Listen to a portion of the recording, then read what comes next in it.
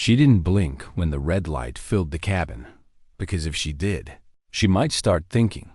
Quinn sat still against the cold wall of the Black Hawk, hands folded over her chest rig. The others around her were quiet, shadows of discipline. In a fading world, weapons checked, pouches cinched. Nothing left to say. They were 5 minutes out. She didn't look out the window. She didn't need to. She felt the descent. A slight pitch to the right told her they were angling toward the drop. The jungle below stretched black and unwelcoming, treetops curling like fists. The second bird kept formation to starboard, invisible but present. They always flew in twos, one breath. One heartbeat. Inside, the cabin was a hum. The kind of noise that settles in your chest and erases everything else. Quinn checked their NVGs, flipped them down. Green washed the world into silent shapes. Below them, the canopy churned beneath rotor wash, leaves fluttering in narrow spirals. It looked peaceful, but it wasn't. The plan was clean. In and out. 4 hostages. No alarms. No shots unless it went bad. Quinn knew better. Plans were invitations. What happened was always personal. She lifted one fist signal. The team moved. Rogues dropped. Carabiners clicked. No hesitation. Quinn was first. Her boots kissed the earth soft. Then she cleared, eyes sweeping low.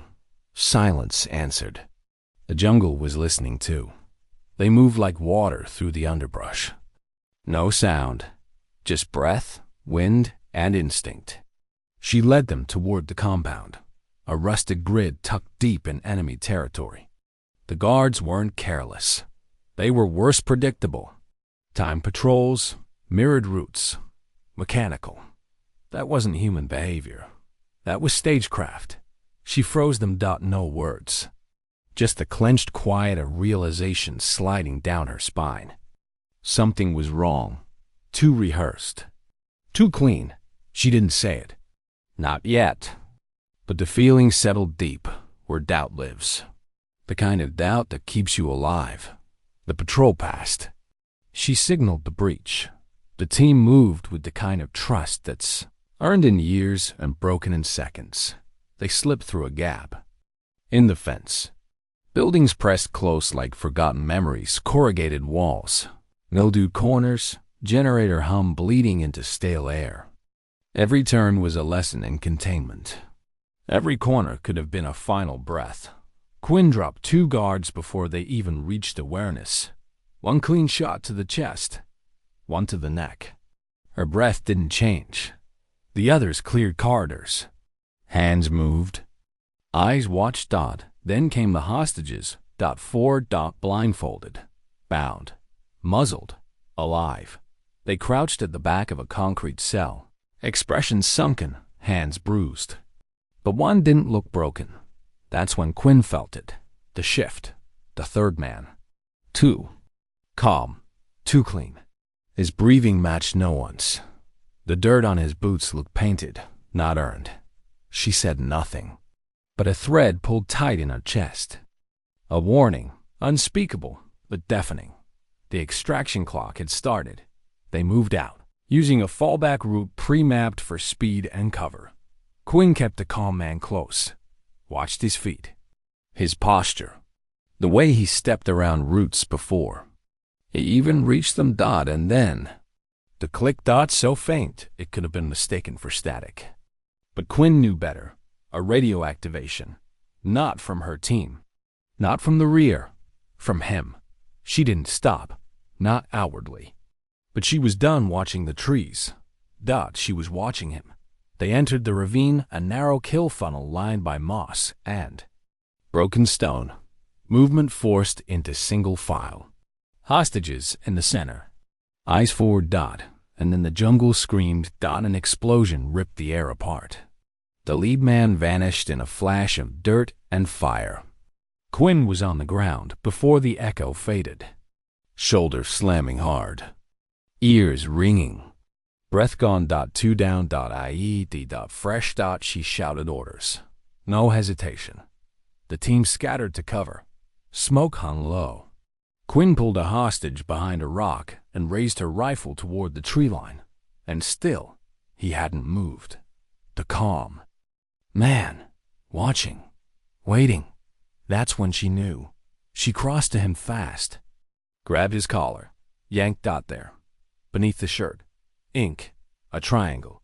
Not military, not accidental. A unit mark from a forgotten war front.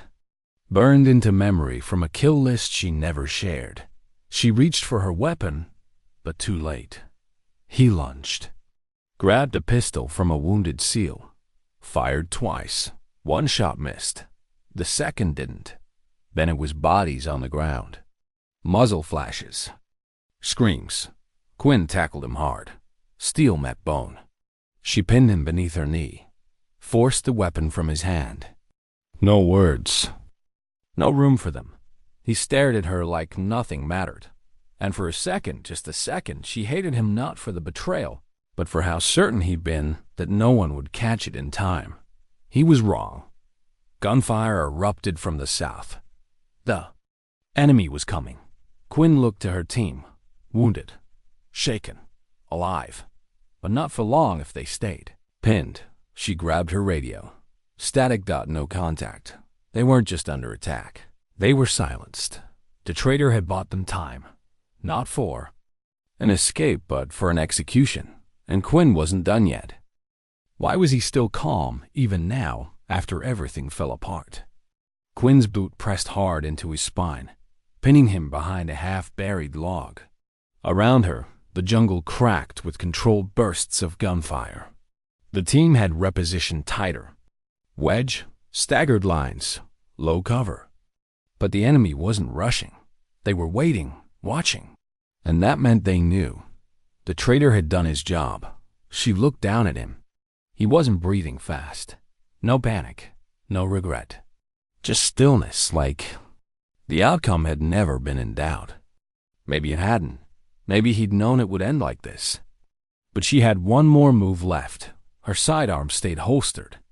Not out of mercy, just timing. She crouched, checked his vest. Found the comms device still warm. Recently used. Probably during the chaos of the IED. It all lined up. The fake hostage act, the rehearsed guard patterns, the perfect path straight into the ravine. It wasn't just an ambush. It was a betrayal written like a script. She stood, turned, set defensive posture. She barked, voice low but sharp, no questions. The SEALs responded instantly. Rocks, trees, root bulges. Every angle covered. No one looked back. No one asked about the man under her boot. The jungle smoked under low moonlight. Gunfire crackled again from the southern ridge. Muzzle flashes flickered through dense foliage. Quinn raised her rifle, returned fire in 3 sharp bursts, then dropped behind a mossy stump. A shot sparked inches from her shoulder. Too close now. She keyed the emergency frequency. Iron Shadow to Black Hawk. Primary LZ compromised. Request reroute. A pause. Then, received. Recommend LZ Bravo 2, 400 meters north. Hostile activity confirmed near original perimeter. That was a death sentence if they stayed. Bravo 2 men uphill. Through terrain they hadn't cleared. With 2 wounded, 4 hostages, and the enemy closing from both flanks. She looked at her second in command. He met her eyes, gave a single nod. He knew what she was about to do. Before she could speak, he stepped forward. I'll draw them off, he said. Steady voice. No drama. Quinn shook her head. They didn't argue. There was no time for it. And too much trust to waste words. She pointed north. Marked 2 lines of approach. Smoke first. Suppression second. She mapped out roles with gestures. Every man already moving before she finished. She stayed as the team repositioned toward the gulch. She turned back to the traitor. One last time. He looked up. His eyes said nothing. No defiance. No plea. Just silence. She struck once. Clean. Final dot, then dragged his body behind a fallen log, stripped the cums, and took his weapon useless, but symbolic. They weren't dragging his betrayal with them. The enemy opened up again sharper now. One round clipped bark above her. Another buried itself in dirt near her boot. Too many angles. She dropped smoke dot. It curled into the air, wide and thick, blending with the natural haze from the jungle. Perfect cover, if only for seconds. She opened fire. Short bursts, then shifted, then again, moving every 5 seconds. Not for accuracy, for attention. It worked. Gunfire from the tree line shifted toward her position. Shadows darted forward, drawn to her like moths to flame. She felt it in her teeth, the pull of adrenaline. Cold, grounded. Below, the team slipped into the gulch, silent, hidden, gone. She tossed one of the captured radios just above the ridge. Let it ping once, a final. Deception. A drone buzzed overhead. She heard it in the breaks between fire. It would read a single thermal signature, isolated, firing, stationary. Let it then dash the shift in sound. Rotors. Low and fast. The Blackhawk was coming. She slammed in a fresh magazine and moved. Fast, controlled retreat, covering steps, scanning. Shadows. The jungle pressed tight on all sides. Roots snagged gear. Leaves slapped her cheek. She didn't care. She was alive. She reached the gulch's edge and dropped low. Below her, the team emerged into clearing. The bird hovered just above the ground, rotors tearing wind into chaos. Crew shouted. Smoke marked the LZ. Fire from the tree line cracked louder. One hostage collapsed. A seal dragged him forward. Another burst slammed to dirt near the ramp. One round hit the bird, metal ping and spark. Quinn turned to cover the rear. Then, movement. One seal went down just shy of the clearing's edge. Dropped to a knee, then flat. No call out. No cry. Quinn moved. Low and fast. She reached him, checked the wound shoulder. Bad but not fatal. Conscious. Scared. You're not done, she said. He nodded. She lifted him. Fireman's carry. Legs burning. Boots slipping on churned mud. 2 crewmen ran forward, grabbed his vest, pulled him into the bird. Then dash pane. A sharp graze across her forearm. Shallow. Burned. She gritted her teeth. Ignored it. Get her in. Someone yelled. She ran. The ramp shook under her boots. The helicopter tilted slightly, tail rising. Another burst snapped past the fuselage. She dropped behind the gunner's shield just as the ramp closed. The Blackhawk lifted. Below them, smoke curled through the jungle. Enemy fighters burst from the brush. Weapons raised, too late. The trees fell away beneath them. Altitude climbed. Quinn leaned her head against the wall. Eyes closed. Just once, she was still breathing. The hostages were in. The wounded were alive. The mission, imperfect, bloodied, twisted, was not a failure, but it would never be clean. Again. Not after that man. Not after what she'd seen. What she'd felt. Sometimes survival didn't feel like victory. Sometimes it just felt like unfinished. Quinn didn't talk on the ride back. Neither did the others. Inside the Blackhawk, time didn't pass like it did on the ground. It stretched thin, pulling every second into a thread of silence and noise. Rotor blades, wind, static from radios. That nobody touched. She kept her eyes open the whole flight. Not just from habit, not just from adrenaline, but because her mind had already started replaying every step of that mission, frame by frame, moment by moment. Not the ambush, not the explosion. Not even the gunfire. The man, the one who played the hostage, the one who moved like a soldier, but flinched like an actor. She should have known sooner. He blinked before the others did. That was what struck her now. How small the tell had been. A breath held too long. A shoulder turned at the wrong second. Dirt on the boots, but not on. The socks dot, and the way he looked at the SEAL team when they burst through the cell door like he was waiting for them, not rescued by them. That look didn't belong to someone desperate dot. It belonged to someone who already knew how it would end. They landed at Forward Operating Base Kraven just before dawn. No debrief. No ceremony. The medics met the ramp with stretchers and eyes that didn't ask questions. Blood was wiped. Names were taken. The hostages were rushed inside. The dead SEAL's body was unloaded in silence. A covered form. A salute. Then the hallway swallowed him whole. Quinn stood by the bird's side, dust kicking around her boots. She didn't take her gloves off. Didn't take her rifle off either. Just stood there while the sun began rising behind the wire fence. Her CO approached. Colonel Reese, square jaw, eyes like broken glass. He didn't speak for a moment. Intel failed. He finally said. Quinn didn't nod. Didn't blink. She just said, "Someone handed them our playbook." The interrogation room was colder than it needed to be.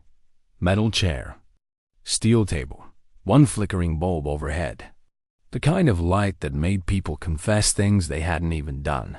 Except now, there was no one left to confess. She reviewed the files alone, his photo, if you could call it that. Grainy, blurred. From the body cam. No fingerprint match. No military record. Just a face with calm eyes and that faint, smug curve of a mouth. Like he'd lived through death and found it unimpressive. The triangle tattoo on his chest, Reese said it was unfamiliar. No known unit. Not American. Not NATO. Not tribal. Quinn stared at it anyway, because she had seen it before. In a photo. From Syria. A private contractor taken hostage in 2018. Never found. Believed dead, but his body had never turned up. Just the camera footage leaked online for a day, then gone forever. She'd watched that video once. Only once. And she remembered. That triangle. Inked in the same spot. He wasn't a hostage. He was a ghost pretending to be one. The mission report came back 3 hours later. Official verdict. Success with complications. 4 hostages rescued. 1 team member lost. 1 friendly casualty. 1 unknown combatant neutralized. That was how they worded it. Unknown combatant. As if his role in this was blurry. As if his betrayal was just an anomaly, not a doorway to something worse. Quinn stood in the command tent, report in hand, while the higher-ups moved on to the next operation. No time to unravel ghosts. No room to question identities. They wanted her to close the book. But something itched beneath her skin. Something wasn't done. 2 nights later, she snuck into the intelligence center. Not unauthorized. Not exactly. But she didn't wait for a request form. She pulled satellite scans, intercepted chatter, even heat maps from the day before the op. And there it was. The radio. Transmission. Faint. Off-grid. Buried in static. But the call had come before the team reached the hostages. A relay ping bounced off a tower just inside the Pakistan border. Encrypted. Civilian channel. Whoever he was, he didn't work alone. Back in her quarters, she sat in the dark. Helmet on the desk. Rifle across her lap. The hum of the fan overhead. Barely audible over the storm in her chest. He had planned it. Not just the betrayal, but the recovery. He knew they'd take him. He wanted it. And maybe, just maybe, he knew she'd be the one to see through him. That's what disturbed her most. Not that she'd killed a traitor. Not that she'd lost a man on her team. But that he looked at her like he knew her. Like he had read her file before the mission ever started. She didn't sleep. Not because of fear, but because of what came next. If there was one, there would be more. And the next one might not blink. FOB Kraven looked different at 0300 hours. The world was quieter, but not calm. Just hushed, like a breath held by something watching. The kind of quiet that wasn't peace, just a temporary absence of noise. Quinn moved through it like a ghost. Hood up, jacket zipped. Not sneaking, just walking in places she wasn't supposed to. She had a map in her head, not of terrain, of people, where they stood, where they listened, and where they looked away. She found what she needed behind a rusted cargo container, half covered in canvas. Not an armory. Not official. A forgotten weapons cache. She pulled it open slowly. Old gear, unregistered. A few cracked radios. No camera feeds here. She slipped a burner device into her jacket and paused, fingers hovering over a black patch. At the bottom of the bin. It was stitched with a red triangle. Her heart didn't race, but her hand did, curl slowly into a fist. They were inside the wire. That was her only conclusion. Whoever he was, whatever outfit he belonged to, they'd already planted more than just him. That triangle was too clean, too intentional. It was left for her, not hidden. She remembered something her instructor told her at Langley, back when she still thought the enemy wore different colors.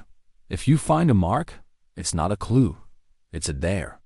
She zipped the burner into a side pouch and walked out into the desert night. The base lights behind her didn't flicker, but something inside her had already dimmed. She didn't report what she found. Not yet. She couldn't trust the chain, not while it rattled so easily. Instead, she called someone else, a voice from the past. A fixer, civilian side. Burned once, buried twice, but not dead. He answered on the third ring. Didn't think I'd hear from you again, he said. I didn't think I'd need to, she replied. A pause. Then, still carrying that Browning you hate? I don't hate it. I just don't need to like it to shoot straight. He laughed once. Then he got serious. What do you mean? By sunrise she had a name. Kandera. Not real. Not full. But enough. A ghost identity used across 5 conflict zones. Syria, Mali, Kosovo, Ukraine, Afghanistan. Each time, he showed up after someone else went missing. Always in a uniform that didn't belong to him. Always with a mission that didn't make sense. No group claimed him. But every time he left a mark behind. That triangle. It wasn't just a symbol. It was a warning. And she was starting to think this mission wasn't just about rescue. It was bait. She walked into Colonel Reese's office at 07:00 sharp. The file on his desk. He barely glanced at it. What's this? Not a ghost story, she said. Not another debrief. He opened it. His jaw tensed slightly. This name, Dara. We've had partial hits before. Nothing actionable. Now, you do, she said. He was the one in the cell. He wasn't a hostage. He was bait. And someone in this command signed off on that op, knowing we'd walk right into it. Reese didn't blink. But he didn't deny it either. That was worse. You're saying we've been infiltrated? He asked flat. I'm saying we've been targeted. And you either missed it. Or didn't care. He leaned back in his chair, eyes hard. Careful what you accuse me of, Lieutenant. I didn't accuse you, she said. Yet, silence stretched between them. Then he stood. Walked to the window. Looked out over the yard, where men jogged drills, guns in hand, orders in ears. Whatever this is, it goes above us. You dig too deep, they'll cut you loose. I'm already cut, she said. He looked at her. Something in his eyes almost respected her. But it wasn't kindness. It was resignation. You want to go looking for ghosts, go. But don't bring it back here. She turned to leave. Then paused. One more thing, she said. Your supply cache behind the containers? It's been tagged. His jaw tightened. How do you know? She didn't answer. She didn't need to. She was out in the desert an hour later. No escort. No badge. Just her pack. A rifle and the burner phone pulsing with coordinates her fixer had sent. Somewhere beyond the hills, there was a safe house. Used. Once by covert contractors. Then abandoned. Rumor said it had been sold to a third party. Maybe Mercs. Maybe something worse. But she needed to see it for herself. If Dar was a ghost, he'd leave footprints there. And if he didn't? Then at least she'd know the silence wasn't empty. The ride out took 4 hours. She didn't speak.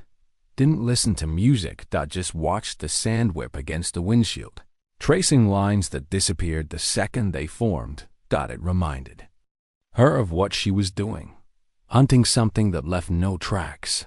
She reached the site just before dusk. The safe house was real, half buried into a canyon wall. Camouflage netting pulled across old concrete and steel. She approached slow, careful, silent. Inside, there was no light, but the walls were covered in photos. Of her team, of the hostage room before they entered. She stood still, then reached up and pulled a single photo from the wall.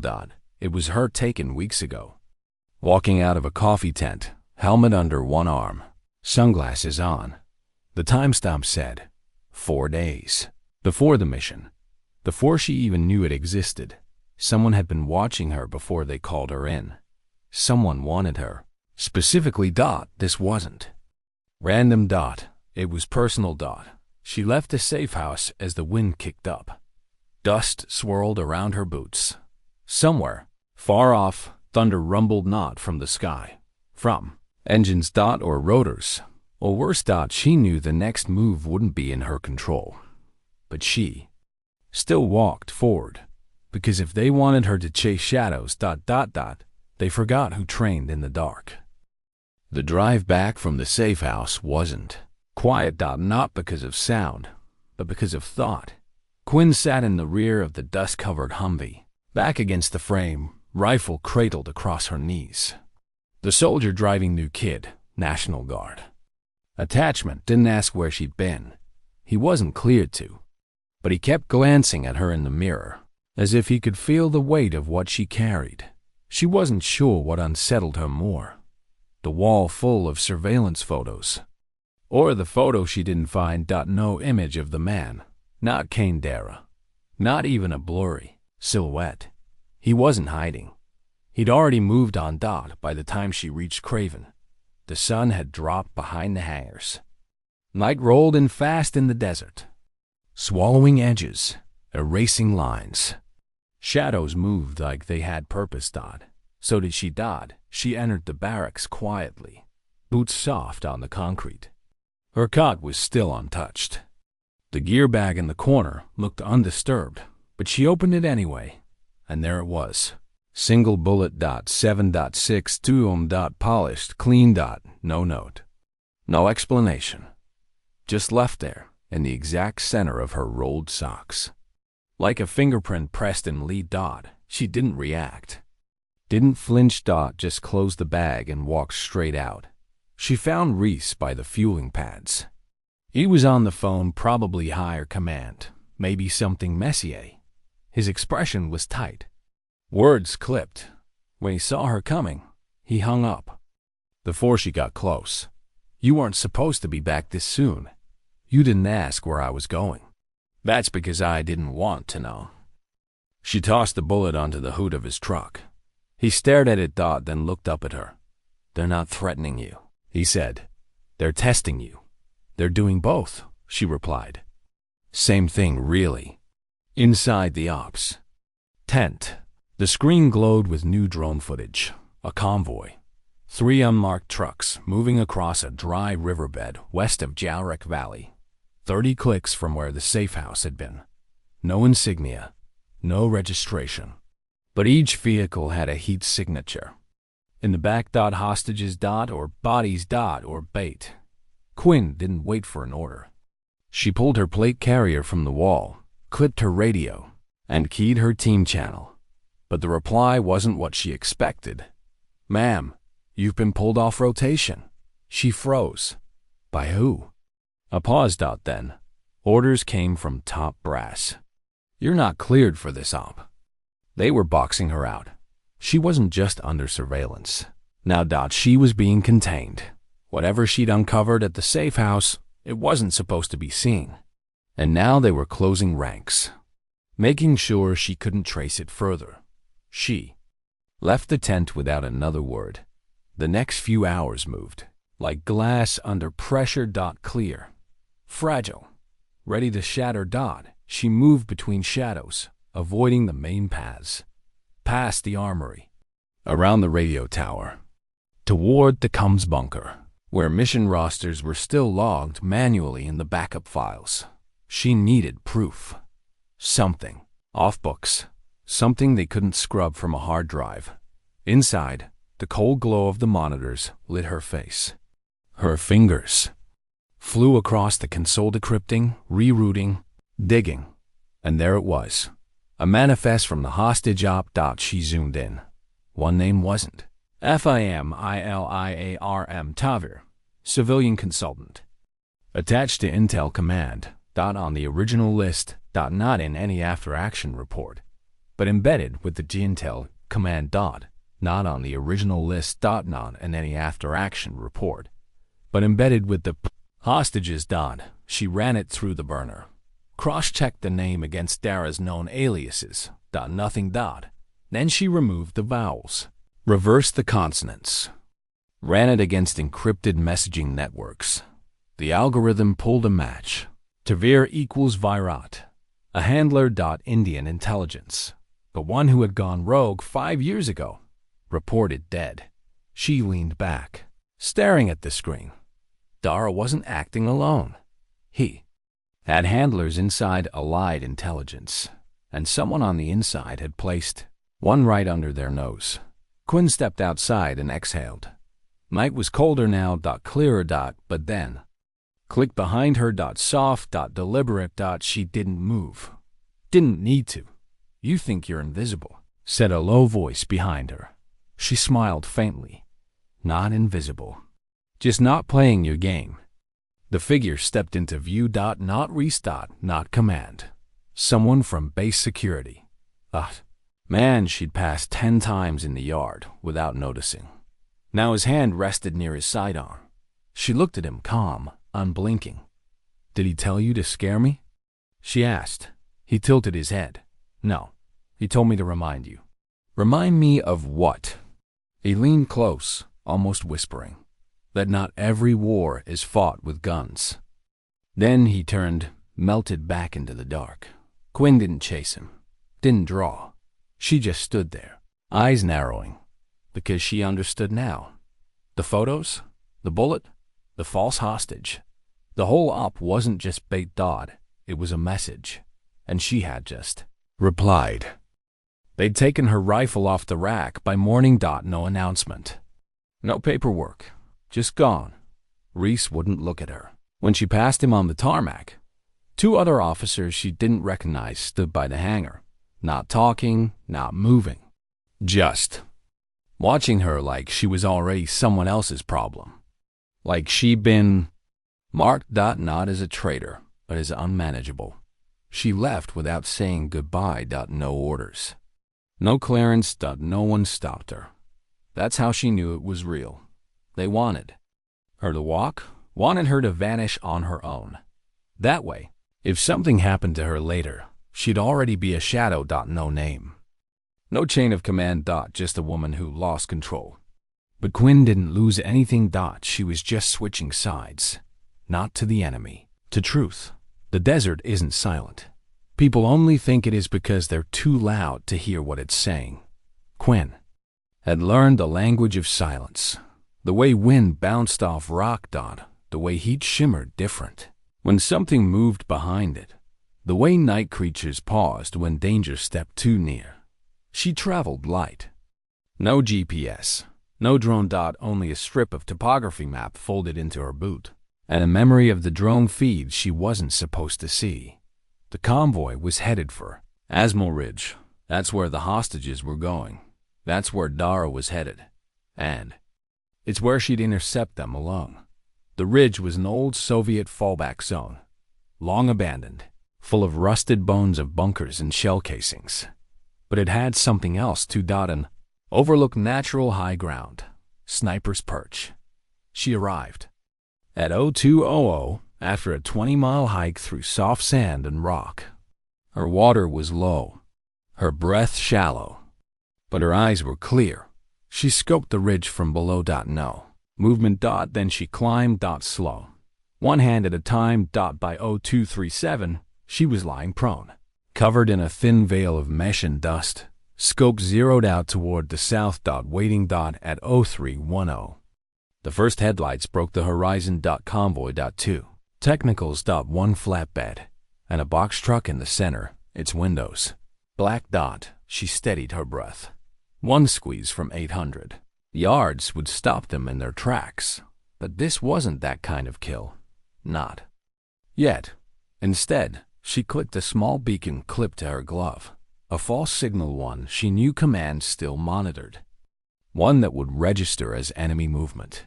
Not enough to send an airstrike, but enough to make someone panic. Now she waited. The flatbed stopped. Men poured out. Too organized for rebels. Too quiet for a cartel. They moved like mercs, but Quinn knew. The look of soldiers wearing borrowed clothes, not fakes. Cut-outs. Contractors paid by no one, backed by someone. Acting like ghosts, she clicked once more. On her HUD, a single drone feed flared to life, an old backdoor channel. Her fixer had reactivated. It showed the ridge from above. She was being watched, but not just by them. Someone else had a drone in the air, someone who wasn't on either team. Then, a voice crackled through the burner radio. "You're outside your leash, Lieutenant." She didn't recognize it, but it knew her. "There are people who still think you're worth saving. Turn back now." She clicked once. Silence. Then she whispered, "Where's Dara?" Another pause. Then, "Closer than you think." And the feed went black. She didn't move, didn't speak, but her hand drifted to her sidearm. Something wasn't right. She looked down the ridge, scanned the flatbed again. Then she saw it. The box truck wasn't for transport. It was a broadcast station, a mobile jammer with a directional antenna. They weren't hiding their trail. They were scrambling it. They weren't transporting hostages anymore. They were preparing a signal, and she realized this wasn't the end of the operation. It was the start. She had a decision to make. Fire now and expose herself, or get closer and risk everything. She slid back from the ridge, started circling wide. The valley was shallow, with moonlight cutting across it like a blade. She timed her steps to the wind. At 60 yards, she could hear their voices, not speaking Arabic, not Russian. But with American accents, trained here. Used their. And then a voice she hadn't heard since the day she found the photos. "You're late," said a man near the truck. She saw him, not in uniform, not armed. Just standing. Dara, or whoever he really was, staring right at her. As if he knew she was there. Her breath caught. She dropped low, angled the scope, squeezed her eyes shut to recenter, but when she looked again, he was gone. Only a shadow remained. She slipped back into the ridge before they could triangulate her, retreated 3 clicks to a ravine, and dropped into cover. Her heart didn't race, her fingers didn't shake, but something inside her had shifted. Not fear, not anger. Recognition. He had looked at her like he'd seen her before. Not on file, not in surveillance. In person. She radioed Reese. Didn't expect him to answer. He didn single quotes T. But 10 minutes later, a satellite ping hit her wristband. One word: run. She didn't, because running would mean she was still reacting. Instead, she pulled out her last flare marker, twisted it twice, and jammed it into the canyon wall. One spark, then red smoke. Oblique. Warning. Not to them. To anyone watching. She wasn't just surviving. She was beginning to hunt. The red smoke vanished by morning. So did the ridge. Drones pulled back. Signals died. The operation went silent, which meant they were moving. Fast. That box truck wasn't just jamming satellites. It was sending something. A coded signal. Shortwave. Directional. The kind of message that didn't need satellites or towers. The kind of message you used when you were lighting a fuse. Quinn couldn't stop them from sending it. Not alone. But she could follow. Where it led Dot, so she changed tactics. Took off the desert mesh. Buried her old sidearm under a cairn and walked straight toward the border. Checkpoint near Kareem Pass unarmed. The guards didn't recognize her, but they were told to expect someone. Men in civilian cargo gear. Branded patches scraped off. No names. Private military. She didn't resist when they zip-tied her hands. Didn't flinch when they blindfolded her. She just smiled faintly. Because this time, she wanted to be taken inside. The ride was long. 2 vehicles. No windows. No questions. Only the voice of the man beside her in the rear seat, low and calm. You're very committed. She didn't respond. He leaned closer. I watched your takedown. Inarrible. Nice work. 1 shot through 2 floors in crosswind. Still nothing. You're wasted on NATO. She turned her head. That's the second time someone said that. The man chuckled. That's because they know you're one of us. You just don't know it yet. They took her to a compound buried in the cliffs.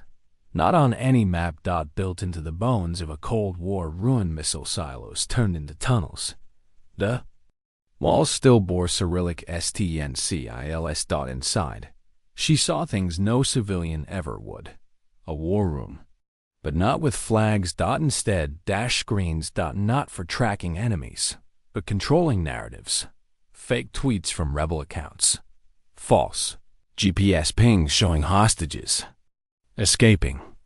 AI-generated hostage proof of live videos. Queued for release. They weren't running a rescue. They were writing a story. One that would justify a counterstrike. One that would require someone like Dara to exist, whether he was alive or not. And she realized Dara was no longer a person. He was a mask. A code name passed between ghosts. A convenient lie. One they wore when the truth got too loud. They finally took her to the chamber. 1 door. 1 guard. Inside, nothing but a chair and a figure behind a 2-way mirror. Then a voice crackled through the speaker above her. You knew. We would let you get this far. She didn't answer. You're not here to stop us. You're here to decide if you'll be part of what's next. Then a hiss. A door unlocking. The man walked in. Older civilian clothes. But Quinn recognized him from a long time ago. Not from a mission. From training. A senior instructor at the Special Warfare Center. Disappeared from the program 5 years earlier. Declared. Killed in an ambush. And now he was alive and working with them. He sat. Spoke calmly. You want to save the hostages. That's noble. But this isn't about them. It's about the why. She said nothing. He leaned forward. The world doesn't want heroes anymore, Quinn. It wants stories. Controlled ones. You and I? We're writers now. We kill the lie or we feed it. She stared at him. Then finally spoke. I didn't come here to listen. I came to find out how deep this goes. He smiled. Deep enough that you're still breathing because I want you to be. She leaned back in the chair, calm. Then you're not the one running this. His smile faltered. That night, she escaped because she never planned to stay. The key was never the compound. It was who watched the surveillance of her being captured. Because while they tried to turn her, she left a trail shortwave pings embedded in her own vitals, using an old NATO heartbeat beacon protocol. Someone was watching her signal. Someone still in command. Someone who believed her. She broke out through an old maintenance shaft, stole a motorcycle, left a compound burning behind. Or she'd set charges in the data room.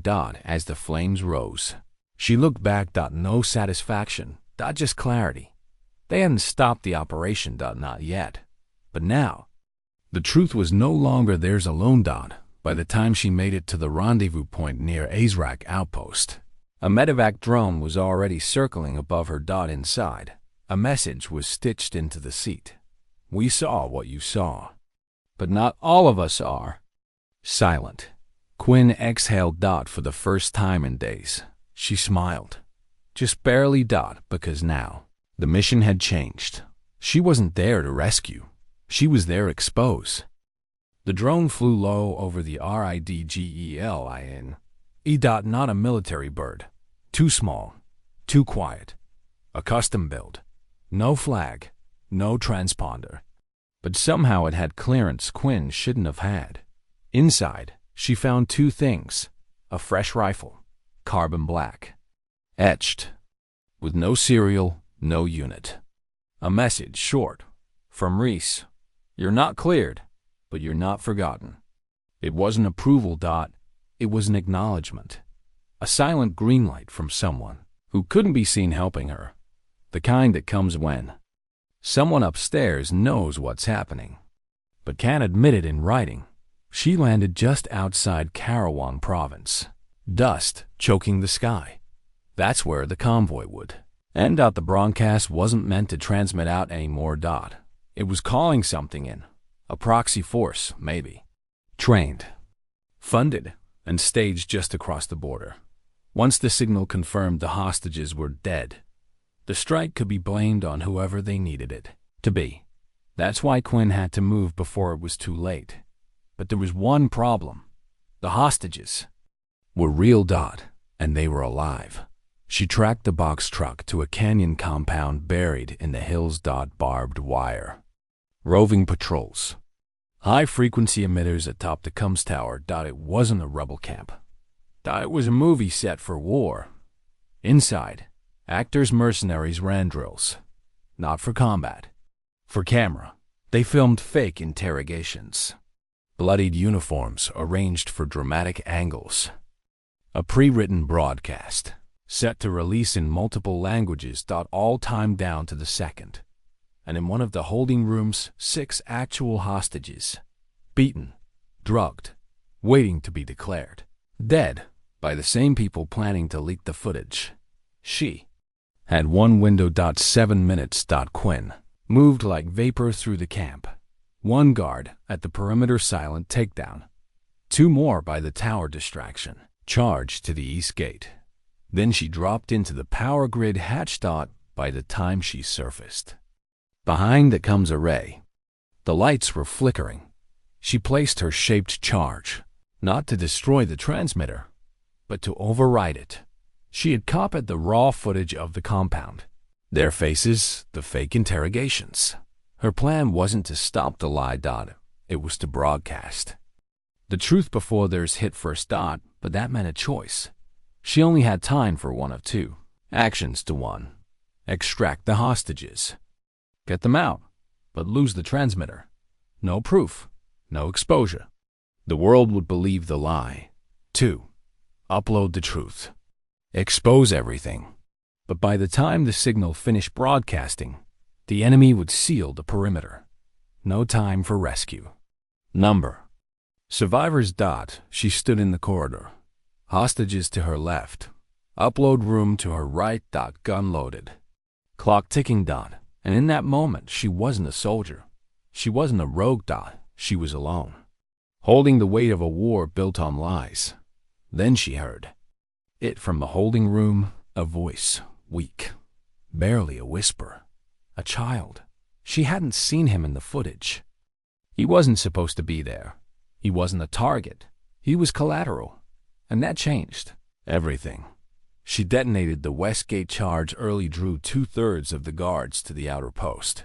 Then she moved, smashed the lock, pulled the 6 adults up, took the child in her arms. No words. No reassurances. Just motion. The upload. She couldn't reach it now, but she had something better. As she fled through the ravine, she pulled a fiber link from the camera on her gear, synced it with the child's pulse band. Proof. Undeniable. Not a file. A heartbeat. By dawn, they were 20 miles out. Extraction was waiting. A Black Hawk from a unit she didn't recognize. No cal sign. No flag. Just Reese on the ramp, hand extended. She didn't take it. Not yet. "They'll bury this," she said. He nodded. "But they'll remember you tried." She looked back at the desert. Behind her, the camp would be wiped, scrubbed, sanitized, and rewritten. But 7 people were alive, and the truth was still breathing. Back at base, no one asked where she'd been. Her name was never mentioned in the debrief. The mission file was sealed under a false op.